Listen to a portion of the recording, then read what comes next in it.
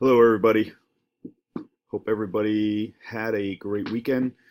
To those that were able to make it out last night to the little gathering, thanks for coming out. It's good to see everybody. I just want to go over the week's training. As everybody should know, we are hitting our grand finale. We're going to try to hit some PRs. We're just finishing up it's like an 11-week training cycle for the back squat, shoulder press, bench press, and deadlift. So if you follow the program properly and you follow the percentages and you didn't overreach, you should hopefully have recovered this weekend, because last week was more or less like a deload. And even with the metcons or the conditioning pieces, I kind of told everybody back off a little bit, because you want to make sure that your body is in full recovery, and with all the strain and all the work flow that we did last week, you should be primed and prepped and hopefully going to hit some solid numbers. So on Monday, as you can see, we have 2 lifts on Monday, 2 lifts on Tuesday. That's our primary focus. We're going to give you the entire 1 hour. I really would like to see you do 3 attempts, but at the same time, if you look, I put up some percentages. You don't have to follow these if you don't want, but this is a good primer to use to kind of get your central nervous system fired up. So you can see I always go empty bar first. Number one, get in there, start moving, get your heart rate up a little bit, and then get on an empty bar and start doing whatever movement pattern you're going to be doing. So once you start getting through opening up the hips, maybe do some Cossack squats or whatever kind of mobility you need to do. Not overdo it, but do whatever mobility you need to do to get in the proper movement patterns, because if you overstretch the muscle, you can actually make it weaker. But listen, someone like myself, as an example, I need to do a lot to get my joints loose and open so I can squat properly and be more or less pain-free. So once you get past all that, we're going to give you about 20 minutes on each movement, maybe even a little longer. So give you probably about 15-20 minutes to warm up, 20 minutes on each movement. Our primary focus is for you to try to hit these numbers. Give you 3 attempts to hit a PR. So don't overdo it. Don't overthink it. If you look at these numbers, once you hit the 5, 5, 3, 2, 1, this single should be a weight that you're not going to have a problem. So your opener, if you were to do a powerlifting meet, and Heidi would probably be able to explain this a little bit more than me, because she's been doing it more in the recent couple years. Your first lift should be something where you're going to walk out and it's going to be simple. So 90 to 95%, you should not miss that. Now, it's a possibility that the bar could roll on your back. It's a possibility that, something may happen where you may miss that lift. Even though this isn't technically a meet, we're going to treat it like a meet. So make sure your opener is easy. You're going to get it 90%, 95% maybe. Your second lift should be like either matching your PR or trying to hit a little bit over your PR, right? And everything is adjustable. Everything is regulated by yourself, because if you're freaking feeling it, man, you're going. You're going to put some more weight on. You're going to go.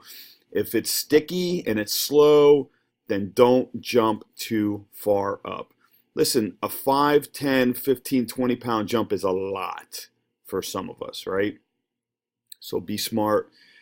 Coaches, make sure you're on them. Make sure you're not pushing them too, you know how to kind of assess. I'd want you to try to hit 3 attempts, but listen, if you hit that 3rd attempt and you crushed it, go, man. It's all good. I want to know what your true PR is. Spotting is very, very important. Now, I don't want anybody getting crushed, anybody getting hurt. So on a back squat, technically, if you're going to spot somebody, you shouldn't be bear hugging them from behind. That's the worst thing you can do. unless you've been doing it for a very long time and you and that athlete or that, they know this is how I'm going to spot. I'm not going to let the bar go. I'm not going to dump it. If you know how to dump the weight, make sure whoever's behind you knows that you will dump it if you get to a point where you're not going to be able to lift it. I always like having a spotter on each side of the bar and somebody behind. Grabbing the bar only, not grabbing the person, okay? So the person behind should be the one that's actually giving the orders. If somebody on the side grabs and the other one doesn't, that can injure somebody because it can lift the bar so the spine will go in a very unorthodox way and cause an injury. We don't want to do that. So make sure, like if it's a solid heavy weight, everybody in the gym should kind of be stopping, letting that person try to hit that one rep max, and then go. Listen, we got 20, 30 minutes. We've got a full hour to do 2 lifts. Afterwards, the conditioning is just a recovery pace, 10-minute assault bike, okay? Same thing on Tuesday, bench and deadlift. Again, spot on bench, okay? Deadlift, you don't need a spot. Shoulder press, you don't need a spot. Just get out of the way, and if you miss, you miss. Make sure you're doing the full movement on the shoulder press. It's got to be locked out overhead. Conditioning row on Tuesday. Wednesday, our favorite day. Basically, we did this back in August. It's 45-minute AMRAP for the level 1 and level 2. I think I got this right. I should be level, my bad. It's level 3. I don't know why I do this. Hold on a second. Okay, had a moment. It's fixed. Level 3 is easiest. I mix that up sometimes. 45-minute AMRAPs. Level 1 is a 60-minute AMRAP. So you get right in there, get your warm-up going real fast. If you can do legless rope climbs 2 in a row, awesome. If you got to do 1 legless and then a regular rope climb, that's fine. If you got to do 2, that's fine. Mix and match. Thursday. So we're going to start prepping for the open. So you're going to start seeing some really, really CrossFit-y type training programming. So let's see, let's get that down there so I can see it. So Thursday, part A, and you got a 6-minute cap, which this should be no problem getting 6 minutes unless you're horrible at double unders and you're missing. And if that's the case, then you need to modify. I didn't even do any modifications on these. This is something I'm going to leave to the coach if they need to, all right, on this one. 3 rounds, 40 double unders. That should be like, you should be spinning that rope super fast. 15 unbroken toe to bars, 3 rounds. If you can get that done in 3 minutes, awesome. 4 minutes, awesome. Whatever time you get that done, you have a 5-minute rest before you move on to part B. 3 rounds, 15 thrusters, pick your weight, your level, 20 chest to bar pull-ups. Pull-ups or ring rows. After you do your 3 rounds, rest 5 minutes. Last part, 3 rounds, 15 deadlifts, 20 handstand push-ups, or whatever. So you can see we're turning up the volume a little bit on some of these workouts.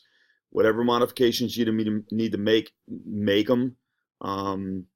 Because if you got a 6-minute cap here, 8-minute cap here, and a 10-minute cap here.